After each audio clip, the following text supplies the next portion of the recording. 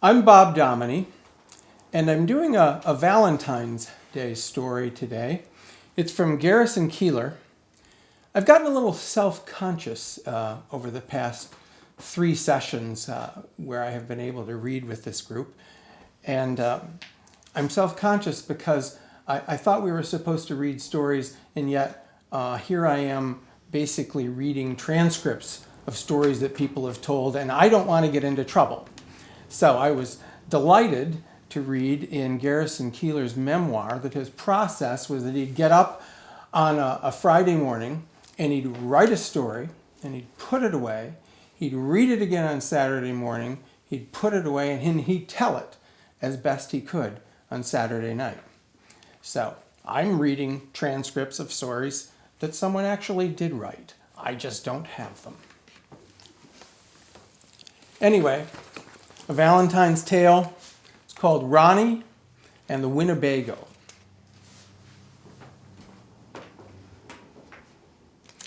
It was the week before Valentine's Day, and it was cold. Well, not as cold as it had been before, and we got a few inches of snow, so it was very lovely out on the lake. Clint and Irene Bunsen took off on their trip to Mexico this last week. It was on Thursday. Wednesday night, Clint went out ice fishing for the last time before he would leave for his winter vacation. He went out with Gary Diener, Ronnie was there, Carl Krebsbach, and one of the Markland boys as well.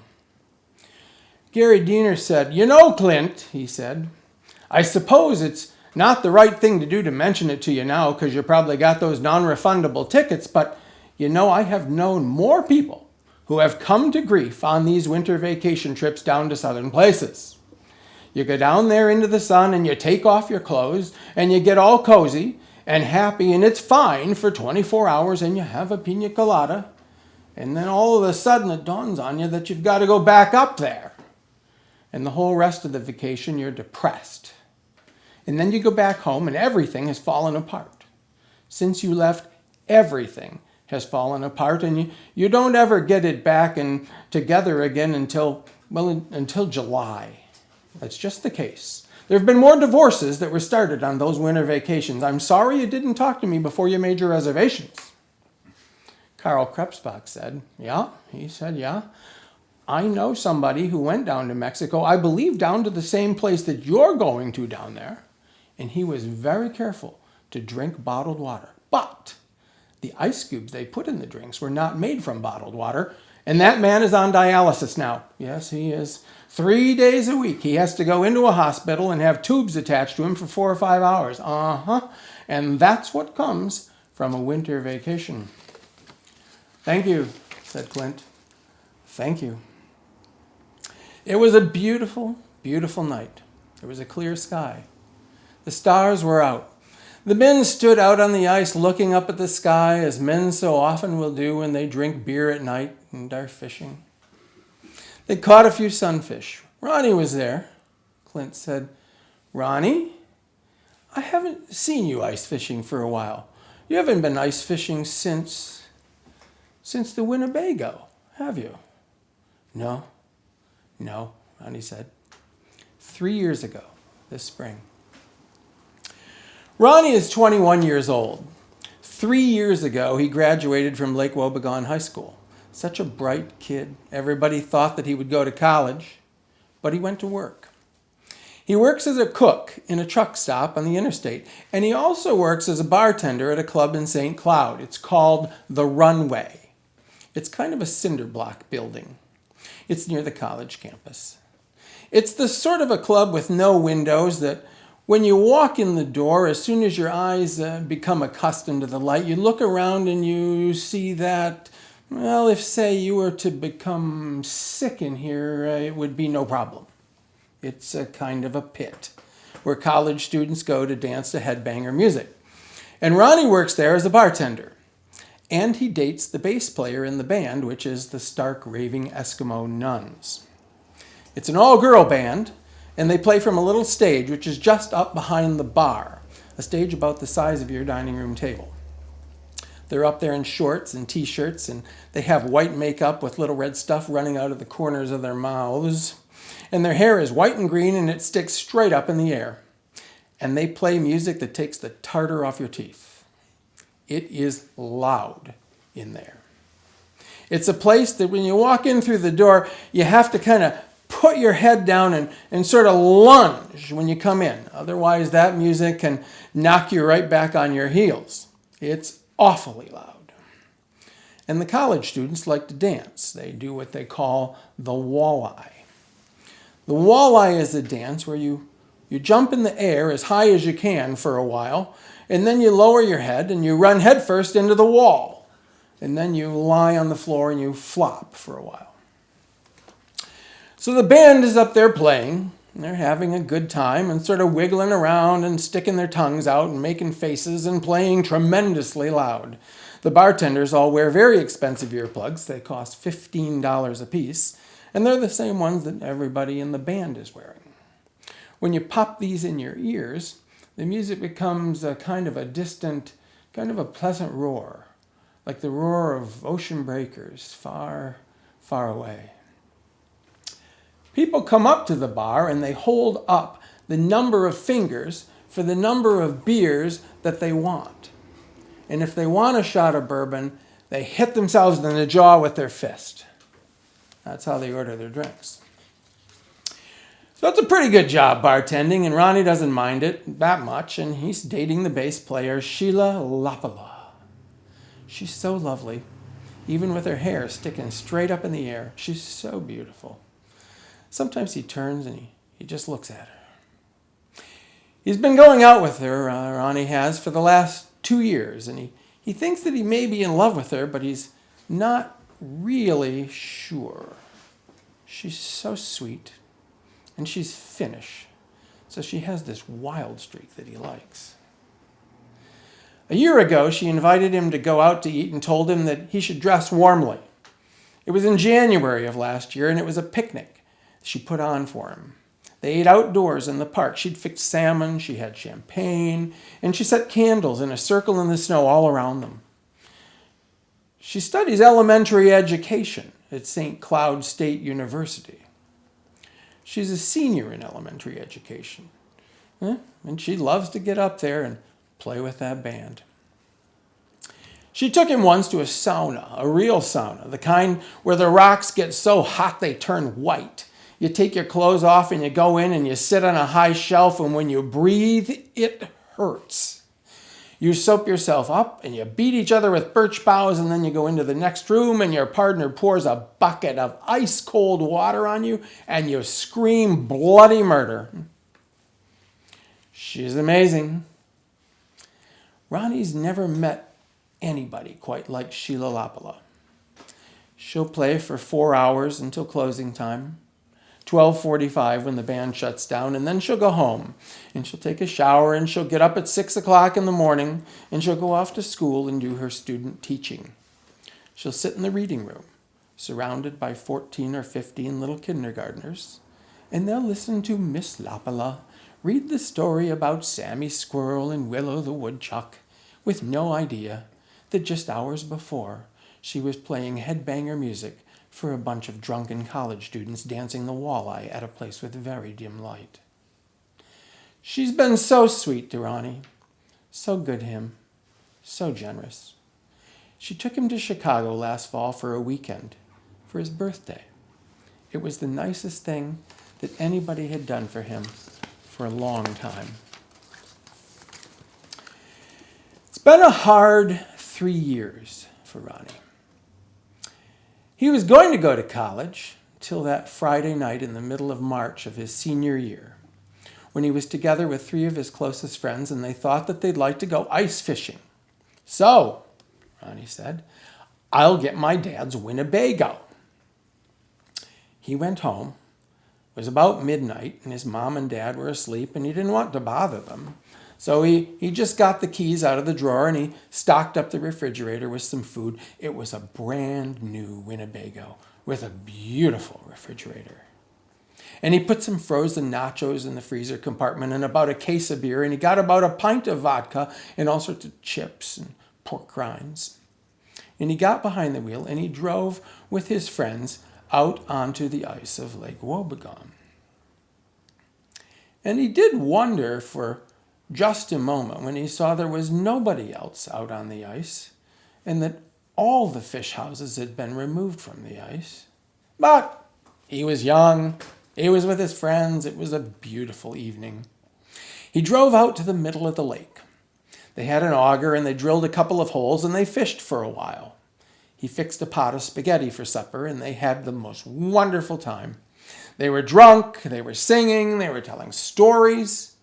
And when the sun came up in the east, they were still having a wonderful time, but were exhausted. When the sun came up, they went into the Winnebago and crawled into the bunks, and they went to sleep. Ronnie was awakened a little bit before noon. He heard a car horn honking. He got out of the bunk and he crawled out of the Winnebago, and he could see somebody way off there on the shore. It was half a mile away, honking their horn, and they were waving their arms at him. He couldn't figure out why until he looked off to his left and he saw there was open water there in the middle of the lake, not too far away. He was wide awake then. He got into the Winnebago and he started it up and he carefully made a U-turn and he headed it over toward the shore where the man was waving his arms. He decided he wouldn't wake up his friends at this point. He didn't want to have a lot of people giving him advice or shouting or screaming. He drove, and as he drove, he could see there was open water between him and the shore where the man was waving his arms. The man was pointing further down the shore, and Ronnie steered off in that direction. Then he stopped, and he got out, and he walked over. There was about maybe 100 feet of open water, and then a little bit less. The man on the shore cupped his hands to his mouth, and he shouted, "It's shallower down here. If you gun it, you can make it." Well, Ronnie didn't see what choice he had. So he backed up about 200 or 300 feet. He backed up and he looked at that open water. He decided not to wake up his friends. Better they should be asleep. And he put the accelerator all the way down and the Winnebago leaped forward. He got it up to about 50 miles an hour, and just before it hit the water, he remembered that the pot of spaghetti was still on the stove. But he pressed that pedal to the metal, and the moment it hit the water, it was like somebody hit the front of that Winnebago as hard as they could. Everything in the Winnebago became airborne. The pot flew past him into the windshield. There was this tremendous groan as it flew into the water. Water flew up. He kept the accelerator all the way to the floor, and it kept going, and the engine was winding up to a tremendous high pitch. And when the nose came up onto the shore and those rear wheels found traction, that thing just made a sound you wouldn't believe. The whole frame was bent, the rear axle broke, the tie rods, everything. The two front wheels caved in toward the front, and the Winnebago wound up in a bunch of popple and sumac bushes about 50 feet up the slope. Everything had come loose. Cupboards, tables, everything. It was just all debris, broken glass, and his friends were there shouting at him, "What are you doing?" Well, it was his Uncle Art who was standing on the shore. He walked over and he pried open the door of the Winnebago. Ronnie was sitting there with his hands clenched to the wheel. Art looked inside and there were beer bottles everywhere, and debris and broken cushions and broken plywood. The whole windshield was smeared with spaghetti sauce and noodles. At first he thought somebody had been killed. "Are you all right?" Art asked. "Yes," said Ronnie, "I'm all right." Art said, "Do you need a ride home?" Ronnie said, "I'll stay here. You take these guys home and then tell my dad to come and get me. I'll be here waiting." His dad came in about half an hour. Donald came driving up in his van. He got out of the van. He walked over to the Winnebago. It was a complete wreck. He looked in the door. He looked at his son. he asked. Are you all right? Ronnie said, yes. It's at moments like this that a young man gets to know his father better than he might through hours of conversation. Donald said, well, I would rather you hadn't done it, but you did, and I'm glad you're all right. I'm sorry, said Ronnie. Donald said, I suppose that you're assuming that this was insured. It's not insured, said Ronnie. No, Donald said. I only insure it in the summer when I would be using it. A young man understands himself so much better at moments like that. Ronnie said, I'll pay for it. I will pay you for it. And so he has. He finally paid it off just after Christmas, a little over a month ago. He worked 2 jobs for almost 3 years. He never went to a movie, he never went to a restaurant. He'd been living at home all that time, paying every cent he possibly could to pay his father back. And every so often he kicked himself and thought, if only I had had a little common sense that night back in March, I could be in college right now. But when you bartend at a place called the Runway, where college students are dancing the walleye, drunk out of their minds on bourbon and beer, dancing to a group called the Stark Raving Eskimo Nuns, you lose a little faith in higher education. There are a lot of people in college who are not particularly bright or even very interesting. And for a young man to discover what it means to meet an obligation, to keep his word, and how it feels to have a sense of honor, is an education in itself. Ronnie drives a 1976 Toyota. It's a brown Toyota. It's the ugliest car in the state of Minnesota. He was borrowing his parents' car for a while, and then he bought this car for $50 from a guy outside the truck stop. It was on a winter afternoon. He saw the man kicking the car as hard as he could, and he was swearing at it, and he was whipping it with a radio aerial that he had broken off. A 76 Toyota. It was kind of rusted out. Ronnie said, I'll give you $50 for that car. The guy said, for this piece of junk? I'll sell it to you for $50. Ronnie gave him $50. And then Ronnie went over to the truck stop and he got a gallon of gasoline and he put the gas in the car, and it's run pretty well ever since then.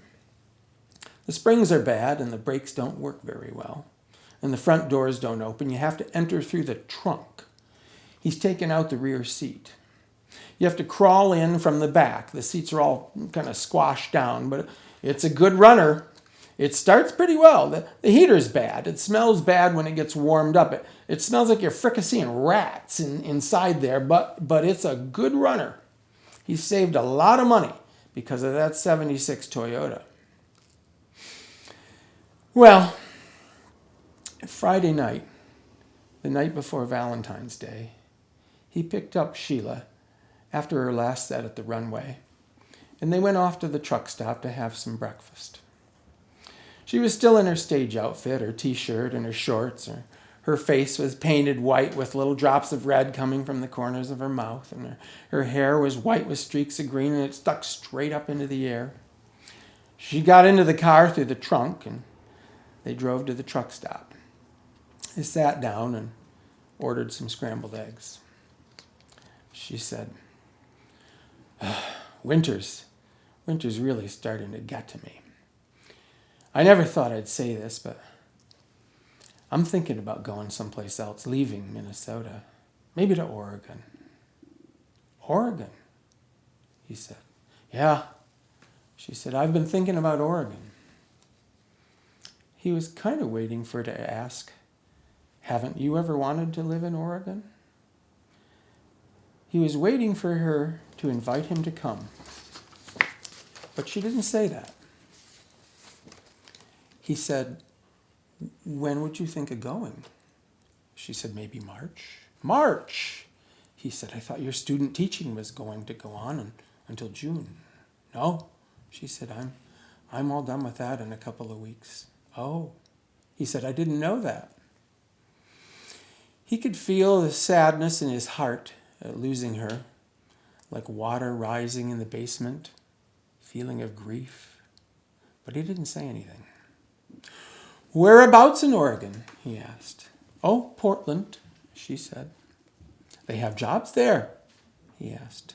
"Oh, yes," she said. "I'm going to interview for one in about a week and a half." "Oh," he said. All of a sudden, the room got wavy from the tears in his eyes, but he didn't wipe them away. "I would miss you if you went," he said. "I would miss you too," she said. Then she reached over and she put her hand on his hand on the table. And it would have been so easy for him to have held her hand and to have said something that he wasn't sure he meant about holding on to her. It would have been so easy for him to have made some kind of promise to her. But he'd just finished taking care of one obligation, and he wasn't sure that he wanted another one right away. When you learn to have a sense of honor, you know that to make a promise to a woman that you might not be able to keep means aiming your Winnebago into very deep water. And you do not want to do that. It's amazing the things a person can learn at such a young age, if only they're lucky enough to get into trouble.